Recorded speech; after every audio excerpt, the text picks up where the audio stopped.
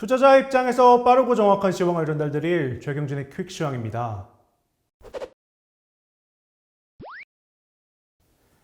오늘 시장은 상승 마감했습니다. 어떠셨나요? 오늘은 금요일 기대감이 모두 무산돼 버리는 하루였던 것 같습니다. 네, 바로 오늘도 질문 드리겠습니다. 말씀처럼 기대했던 것만큼 오늘 시장은 좋지 않았던 것 같습니다. 외인이 주식과 선물을 모두 매도했는데 우리 시장만의 악재인지 궁금합니다.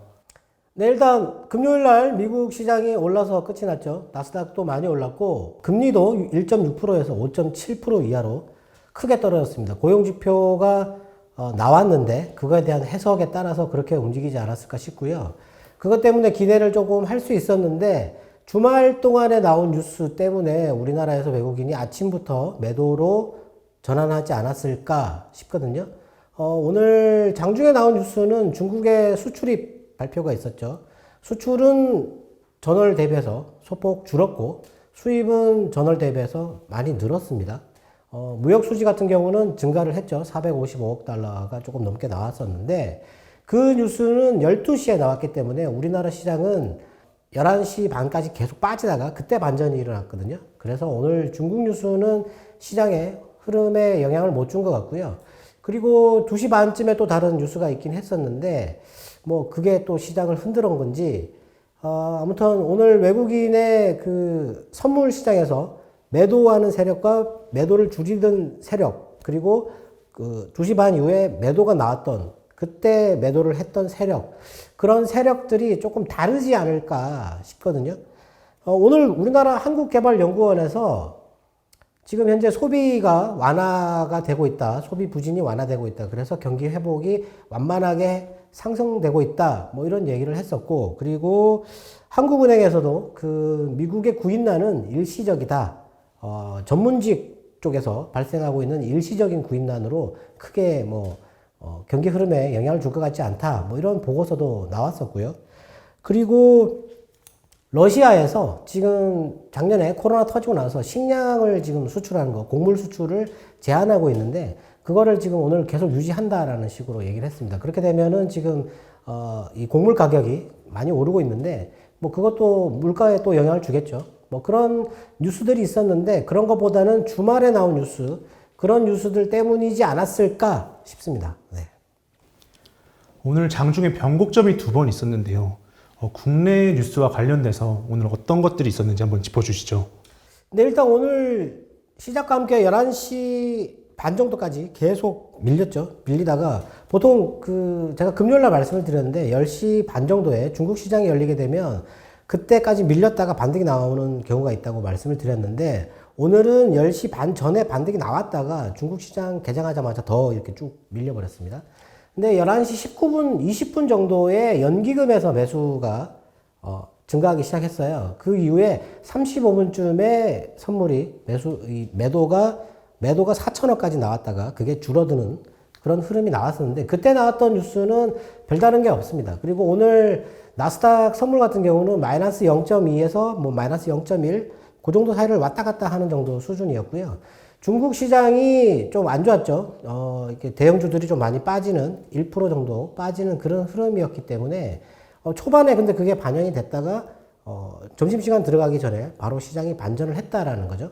어떤 뉴스가 나왔는지 그 뉴스는 딱히 찾아보니까 없습니다. 근데 그게 외국인의 선물이 4천억까지 매도가 나오다가 제로로 수렴을 했어요. 그러니까 더 매도한 걸 전부 다 회수를 했는데 2시 반 넘어서 갑자기 1,500억이 한꺼번에 쏟아졌습니다. 그때 뉴스를 찾아보니까 뉴스가 없는데 한 가지 뉴스는 일본에서 나왔는데 일본의 올림픽위원회 고위원이 지하철에 투신을 해서 사망을 했습니다. 그 뉴스가 2시 40분 정도에 나왔던 것 같거든요. 그래서 제가 우리나라 시장이 빠질 때 일본 시장도 같이 빠졌는지 보니까 일본 시장이 같이 빠졌더라고요. 빠졌다가 이렇게 일본도 거의 다 올라왔는데 올림픽위원회 고위급 인사잖아요. 네.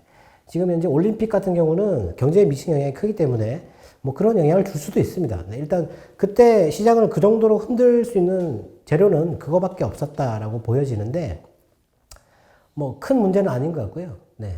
변곡점이 있었지만 지금 오늘 시장의 고점이 우리나라 역사적 고점이 3,266포인트, 장중 고점이 3,266포인트인데 오늘 아침에 3,264포인트였어요. 근데 오늘 종가는 3,252포인트, 역사적 고점입니다. 지난번에 5월 11일 날 고점이 3,249포인트인데 그걸 넘어서 끝이 났습니다. 일단 뭐 고점을 앞두고 지금 시장이 못 올라간다라고 생각하는 사람이 너무 많죠. 네. 인버스 매수를 보니까 개인들이 2억 주를 매수를 했다가 금요일 날 4,600만 주 정도를 매도를 했더라고요. 최근에 투신이 장 마감할 때 선물을 3천억씩 이렇게 매도를 하는 걸 보고 아, 인버스 때문이구나 이렇게 생각하게 되는데 오늘은 또 갑자기 마감할 때 매수를 2천억 이상 이렇게 했더라고요. 네. 인버스를 그렇게 많이 살 수 있는 그런 지수대라는 거죠. 지금 시장을 안 좋게 보는. 네. 뭐 그런 것 때문이지 않을까 싶습니다. 네. 금요일 미국 비농업 부분 고용지표가 발표가 되었습니다. 시장 흐름과 매우 관련이 있어 보이는데 어떻게 해석해야 하나요? 네, 일단 뭐 기다리던 지표가 나왔습니다. 55만 9천 명이 나왔죠. 실업률도 5.8%, 지난달에는 6%에서 6.1%로 올랐던 게 5.8%로 떨어졌고요. 지난번에 고용이 26만 명이었는데 이번에 55만 명, 2배 이상 올랐죠. 네. 근데 이거를 가만히 생각해 보면 기대치가 65만 명이에요. 65만 명을 기대를 했는데 55만 명이 나와서 지금 시장이 우려하는 긴축 우려가 줄어들어서 올랐는지 아니면 26만 명이 나왔는데 그것보다 많이 나왔으니까 아, 많이 나왔구나 하고 다행스럽게 생각해서 올랐는지 그게 중요하거든요. 네. 어떤 쪽으로 생각하십니까? 전문가들 보니까 투자하는 그 시장의 분위기들 전문가들 인터뷰 이렇게 하거든요. 미국에서도 시장 마치면. 거기 나오는 걸로 보니까 다행스럽게도 늘었다라고 얘기를 했습니다. 네. 지난달 쇼크가 너무 충격적이었는데 다행스럽게도 일시적인 고용난이라는 거죠. 네. 그것 때문에 올랐다. 다행이다. 지금은 뭐 그렇게 뜨겁지도 않고 그리고 차갑지도 않은 아주 딱 적당한 수준에 나왔다. 뭐 이런 식으로 얘기를 했습니다. 그렇다면 좋은 얘기겠죠? 네. 그런데 캐나다에서는 일자리가 6만 8천 개가 줄었어요. 그리고 실업률이 늘어났습니다. 8.2%로. 네. 8.1%였는데 8.2%로 증가했어요. 그리고 주말 동안에 G7 재무장관 회의가 있었죠. 네. 거기 또 옐런 재무장관이 금리 인상 또 관련된 얘기를 했어요. 인터뷰가 있었는데 거기서 미국이 금리 인상을 하게 될 건데 지금 현재 소폭 완만하게 금리를 인상하는 게 경제에 좋다 이런 얘기를 했어요. 네, 경제에 좋다고 얘기를 하는데 뭐 안 좋게 생각할 건 없는 것 같고요. 그리고 미국 그 국가경제위원장이 반도체 공급망의 문제점 해결책을 찾았다라고 얘기를 했습니다. 뭐 그런 부분이 오늘 시장에 조금 기대를 할 수 있는 그런 또 부분이긴 했는데 일단 뭐 고용지표에 대해서 해석을 지금 시장을 안 좋게 보는 사람들은 긴축 우려가 또 생긴다 뭐 이렇게 생각할 수도 있고 좋게 보는 사람들은 쇼크에서 벗어나는구나 이렇게 생각할 수도 있는 거거든요. 팽팽하게 맞쓴다라고 얘기를 할 수 있을 것 같은데 제가 보기에는 지금 이제 저점에서 이제 나아지고 있다. 그리고 공화당 그 표심이 있는 24개 주, 25개 주 정도에서 지금 그 실업급여를 지급하는 걸 중단하겠다라고 얘기를 했거든요. 이번 달부터 7월 달까지. 네. 중단한다고 했으니까 고용이 조금 더 나아지겠죠. 네. 그렇게 되면은 뭐 다음 달 같은 경우도 좋을 수 있는데, 다만 지금 10일 날, 이번 주 10일 날, 물가 지표가 또 발표되죠. 지난달에 그 지표가 4.2%가 나오면서 주가가 이제 폭락하기 시작을 했는데, 물론 그것 때문만은 아니라고 생각되지만 일단 이번에도 그 물가 지표를 기다려야 하지 않나. 네, 고용 지표만으로는 부족하다. 이렇게 생각하는 것 같습니다. 시장 분위기가. 네. 그거 외에는 뭐 시장이 지금 외국인이 지금 0.2% 나스닥 선물이 빠졌다고 해가지고 시장을 안 좋게 본다. 그런 건 아닌 것 같고요. 오늘 아까 제가 초반에 말씀드렸다시피 매도하는 세력과 매수하는 세력이 다른 것 같다라고 말씀을 드렸는데 지금 우리나라도 마찬가지로 시장을 나쁘게 보는 쪽과 좋게 보는 쪽으로 양분되어 있는데 미국도 마찬가지거든요. 지금. 네. 긴축 얘기 계속 하는 쪽은 계속 하고 있고요. 금리가 많이 떨어졌으니까 그런 생각을 이제는 조금 접어야 되는데 아직도 그런 사람들이 많다라는 거죠. 거기다가 재무장관이 나와서 금리 인상 얘기까지 해버리니까 그게 조금 영향을 주지 않았을까 싶습니다. 네. G7 재무장관 회의에서 글로벌 최저 법인세율을 15%로 합의한다. 이런 말이 있었습니다. 오늘 외인의 움직임이 이것과 관련이 있는지 궁금합니다. 일단 뭐 이것 때문에 뭐 조금 관망을 하지 않았을까 이렇게 보는 시각도 있겠죠. 네. 15%면 제가 그거 뭐 상관없다고 말씀을 드렸었는데 아마존이 지금 그 세금을 많이 이렇게 피하고 있거든요. 네. 근데 바이든이 얼마 전에도 한번 얘기를 했었어요. 아마존 같은 기업에 세금을 부과해야 된다. 이런 얘기를 했는데 이번에 글로벌 최저 법인세율을 15%로 하면서 단서 조항에 영업이익률이 10% 이상인 경우만 해당된다라는 식으로 얘기를 했어요. 구체적인 내용이 아직 정해지진 않았는데 일단 15%까지만 정해지고 단서에 영업이익률이 10% 이상일 경우라고 얘기를 했거든요. 오늘 영국에서 어떤 교수님이 그러면 아마존은 어떻게 하냐 이렇게 얘기를 했습니다. 아마존의 영업이익률이 6.3%거든요. 네. 그러면 또 안 낸다라는 거죠. 네. 그러니까 그걸 피할 수 있는 기업도 있고 못 피하는 기업도 있는데 제가 보기에는 그것만으로 뭐 이번에 G20에서는 G7 그 회의 결과를 그냥 그대로 따라가지 않을까 뭐 이런 얘기를 하는데 그것만으로 시장이 뭐 물론 세금이 안 내다가 내게 되는 기업이 있으면 당연히 안 좋겠죠. 실적이 줄어들겠죠. 근데 그 기업 때문에 시장 전체가 빠진다. 제 생각에는 그건 아닌 것 같다라고 생각이 들거든요. 네. 단서 조항이 있잖아요. 네. 우리나라 기업들 중에서도 지금 삼성전자 같은 경우는 영업이익률이 15% 이상이죠. 네, 15% 이상. 그렇기 때문에 해당될 수 있는데, 뭐, 우리나라 최저 법인세율은 17%거든요. 네, 그래서 크게 영향이 없다. 이렇게 보고 있습니다. 근데 그런 걸 가지고 이제 주말에 나왔으니까 그러니까 고용지표 나오고 그 뉴스가 나왔으니까 오늘 나쁜 흐름은, 그 뉴스 때문이지 않을까. 이렇게 생각할 수 있거든요. 네. 그래서 그것도 영향을 줬다라고 볼 수도 있고요.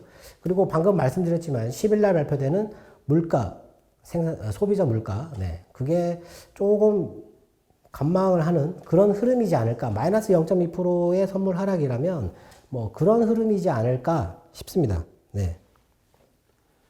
오늘도 투자자분들의 궁금증이 해소되었길 바라겠습니다.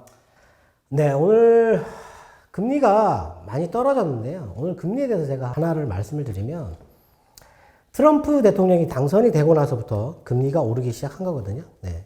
근데 왜 연준이 그렇게 작정하고 금리를 올렸느냐? 트럼프가 화가 나서 연준 의장도 바꿔버렸고 계속 금리를 인하하라고 얘기를 했는데도 불구하고 계속 금리를 인상을 했죠. 트럼프의 그 공화당의 정책은 시장을 그냥 내버려둬라라는 그런 정책이에요. 감세해주고, 네, 세금 다 깎아주고, 시장의 관여를 최대한 줄이는 그런 게 공화당의 정책인데, 그것 때문에, 뭐, 물가나 이런 게 올라갈 수 있다. 아니면 조금, 시장이 과열될 수 있다. 그런 핑계를 대고 금리를 계속 올렸습니다. 그리고 처음에 금리를 올릴 때는 옐런 의장이 물가가 너무 안 오른다, 이상하다, 필립스 곡선이 틀렸다, 뭐 이런 얘기까지 하면서 금리를 올려보는 겁니다. 그래서 물가가 따라오르기 시작했어요. 근데 트럼프 대통령 때 물가가 이렇게 오르다가 꺾여버리거든요. 근데 무역전쟁을 2018년도 8월 달에 시작을 했는데 금리는 2019년 1월까지 올리거든요. 네. 근데 지금 그때 트럼프가 감세해주고 시장에 이렇게 유도하는 유동성, 그리고 해외 기업들이 미국 밖에 갖고 있는 그런 달러를 갖고 들어오는 그런 유동성 하고요. 지금 정부가 작정하고 돈을 풀고 있는 그 유동성, 규모가 어떻습니까? 네. 당연히 이쪽에서 지금 금리를 2017년도보다 지금 더 빨리 올려야 되는 거 아닌가요, 지금? 훨씬 많은 유동성이 풀리고 있는 거, 이건 대놓고 풀고 있는 거잖아요. 그런데도 불구하고 금리를 천천히 올리겠다라고 얘기를 하고 있습니다. 예. 이것도 앞뒤가 안 맞는 얘기거든요. 트럼프 때는 왜 그렇게 하고 바이든 때는 왜 이렇게 하는 겁니까? 네. 사이가 좋아서 연준이 트럼프랑 사이가 나쁘고 연준 의장을 잘라버렸으니까 사이가 나쁘고 이쪽은 사이가 좋아서 그렇지 않습니다. 네. 분명히 뭔가 의도가 하는 게 있다라는 거죠. 그걸 우리가 알 수는 없지만 현재 결과만 가지고 생각을 해야 됩니다. 뭐 음모론 이런 거 생각할 게 아니고 결과만 가지고 훨씬 많은 유동성, 그런데도 불구하고 금리를 천천히 올리겠다라는 거죠. 네. 어느 게 더 시장에 좋은 건가요? 이때 금리를 거의 뭐 매달 올렸잖아요. 그때. 네. 1% 이상 그냥 1년에 1.2%인가 이렇게 한꺼번에 올려버렸어요. 그런데도 불구하고 주가는 계속 올랐지 않습니까?